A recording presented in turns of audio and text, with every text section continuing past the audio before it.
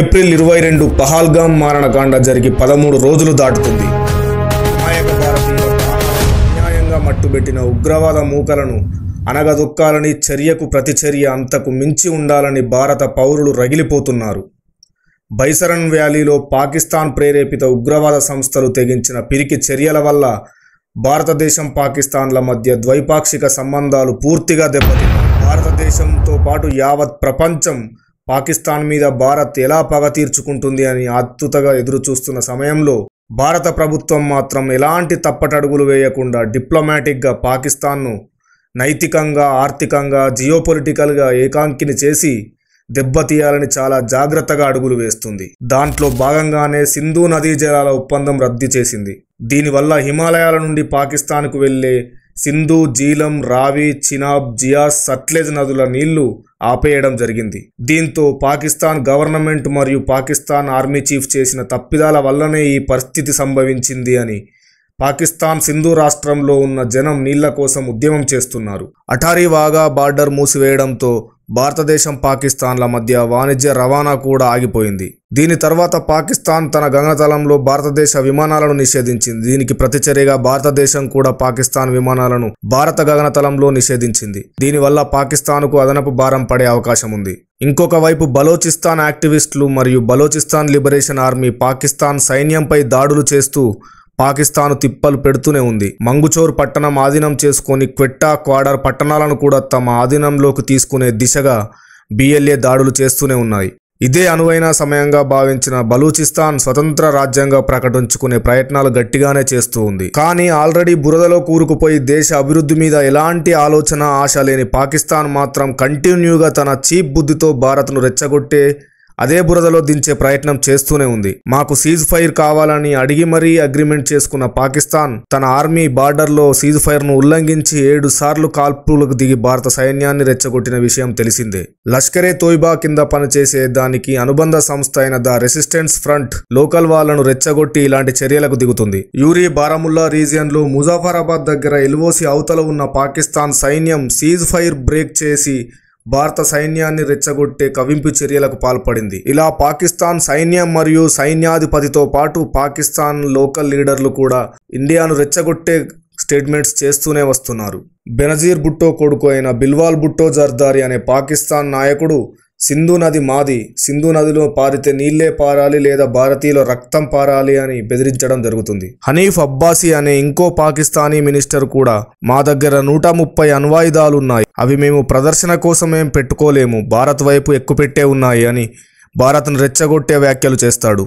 దీంతో పాటు లండన్లోని పాకిస్తాన్ హైకమిషన్ కార్యాలయం ముందు కొంతమంది భారతీయులు శాంతియుత నిరసన చేస్తున్నప్పుడు తైమూర్ రహత్ అనే పాకిస్తానీ డిప్లొమాట్ బయటకు వచ్చి భారత వింగ్ కమాండర్ అభినందన్ వర్ధమాన్ ఫోటోని చేతిలో పట్టుకొని మీ గొంతును కోసేస్తామనే విధంగా సైగ చేసి ఇంకా రెచ్చగొడతాడు. ఇక పాకిస్తాన్ డిఫెన్స్ మినిస్టర్ ఖ్వాజా మహమ్మద్ ఆసిఫ్ అయితే బ్రిటిష్ న్యూస్ నెట్వర్క్లో ఇచ్చిన ఇంటర్వ్యూలో టెర్రరిజంని గత 30 సంవత్సరాలుగా మేమే పెంచి పోషిస్తున్నాం అని ఒప్పుకుంటాడు. అమెరికా మరియు బ్రిటన్ మమ్మల్ని వాళ్ళ బిజినెస్ కోసం మాతో చేపించింది అని ఒప్పుకుంటాడు. నిజానికి పాకిస్తాన్లో ప్రభుత్వపరమైన వ్యవస్థలేవీ సర్వాధికారాలు కలిగి ఉండవు. అక్కడ కర్త కర్మ క్రియ అంతా కూడా ఆర్మీనే. ఆర్మీ ఎలా చేస్తే అలా ప్రభుత్వం, ప్రజలు ఆడాల్సిందే. అందుకే పాకిస్తాన్ ఆర్మీ చీఫ్ అసీం మునీర్ అంత బహిరంగంగా కాశ్మీర్ మీద, హిందూ రిలీజియన్ మీద కామెంట్స్ చేశాడు. దాని పర్యవసానమే కదా పహల్గామ్ అటాక్. ఇలా పాకిస్తాన్ దేశ నాయకుల కవ్వింపు చర్యలతో రగిలిపోతున్న భారతదేశ ప్రజలు ప్రతీకారం కోసం ఎదురు చూస్తున్నారు. వాజ్పేయి, మన్మోహన్ సింగ్ లాగా పాకిస్తాన్ యొక్క కవ్వింపు చర్యలకు ఎప్పుడు కూడా నరేంద్ర మోడీ వెనకడుగు వేయలేదు. 2016 సెప్టెంబర్ 18న జమ్మూ కాశ్మీర్ స్టేట్లోని యూరీలోని సైనిక స్థావరాలపై 4 ఉగ్రవాదులు దాడి చేసి కాల్పులు జరిపి గ్రానైట్స్తో విరుచుకుపడితే మొత్తం 19 మంది భారత జవాన్లు వీరమరణం పొందారు. తర్వాత ఆ 4 ఉగ్రవాదుల్ని కొన్ని గంటల వ్యవధిలోనే భారత సైన్యం మట్టుపెట్టింది. దీనికి ప్రతీకారంగా భారత ప్రభుత్వం చొరవతో సెప్టెంబర్ 29 రాత్రిన ఉరి దాడి జరిగి 11 రోజుల తర్వాత భారత సైన్యం POK లోపలి వరకు 25 కిలోమీటర్ల వరకు వెళ్లి 4 టెర్రర్ క్యాంపులను ధ్వంసం చేసింది. ఇలా కొన్ని గంటల వ్యవధిలోనే శత్రు భూభాగంలోకి వెళ్లి తిరిగి రావడాన్ని సర్జికల్ స్ట్రైక్ అంటారు.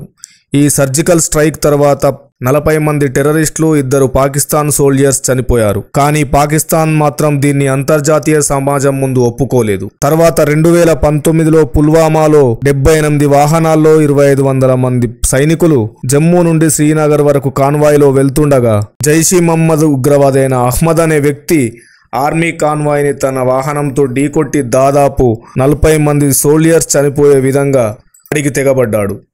ఈ ఘటన తర్వాత 12 రోజుల్లోనే బాలాకోట్లో ఎయిర్ స్ట్రైక్ చేసి జైషీ మహమ్మద్ స్థావరాలను ధ్వంసం చేసింది భారత సైన్యం. దీనిలో భాగంగానే అభినందన్ వర్ధమాన్ అనే వింగ్ కమాండర్ పాకిస్తాన్ ఆర్మీకి దొరకడం, తర్వాత అంతర్జాతీయ ఒత్తిడి వల్ల పాకిస్తాన్ అతన్ని సురక్షితంగా వదిలిపెట్టడం జరిగింది. అయితే ఈ ఉరీ, పుల్వామా అటాక్స్కి ప్రతీకారం తీర్చుకున్నట్టే అమాయక టూరిస్టులను బలి తీసుకున్న పహల్గామ్ అటాక్ మీద అంతకు మించి పాకిస్తాన్కు బుద్ధి చెప్పి అది పోషిస్తున్న ఉగ్రవాద సంస్థలను కోలుకోలేని దెబ్బ తీస్తాడని దేశ ప్రజలందరూ ఎదురు చూస్తున్నారు. ఇప్పటికే 2 సార్లు CCS మీటింగ్ నిర్వహించిన సెంట్రల్ గవర్నమెంట్ పాకిస్తాన్ని అన్ని దిక్కులా అన్ని రకాలుగా అష్టదిగ్బంధనం చేసి అదును చూసి దెబ్బ వేస్తే మళ్ళీ భారత్ వైపు చూడాలంటే వణికిపోయే దిశగా భారత త్రివిధ దళాలను సిద్ధం చేసింది. ప్రధాని మోదీ త్రివిధ దళాధిపతులకు పూర్తి అధికారాలు ఇచ్చి యుద్ధం ప్రారంభమైతే ఎలాంటి నిర్ణయాలకు వెనకాడది లేదని స్పష్టం చేస్తాడు. ఇండియన్ నేవీ సూపర్ పవర్ అయిన INS విక్రాంత్ ఇప్పటికే అరేబియా సముద్రంలో తన ప్రతాపాన్ని చూపించడానికి సిద్ధంగా ఉంది. ఇండియన్ ఎయిర్ ఫోర్స్ మరియు ఆర్మీ కూడా ఏ సమయంలో యుద్ధం మొదలైన పాకిస్తాన్ను మట్టి కరిపించి భారతదేశ పౌరుషాన్ని ప్రపంచానికి చూపించడానికి అన్ని విధాలుగా సిద్ధమైంది. తినడానికి తిండి కూడా లేని పాకిస్తాన్ మాత్రం యుద్ధాన్ని 3 రోజుల్లోనే ముగిస్తామంటూ ప్రపంచం ముందు గప్పాలు కొడుతుంది. భారత్ మరియు పాకిస్తాన్లలో ఎవరి దగ్గర ఎంత ఆయుధ శక్తి ఉంది, ఎవరు గెలిచే అవకాశాలు ఎక్కువ ఉన్నాయి అని నెక్స్ట్ వీడియోలో చూద్దాం. ఈ కంటెంట్ మీకు నచ్చినట్టయితే లైక్ చేసి, షేర్ చేసి, సబ్స్క్రైబ్ చేయండి. జై హింద్.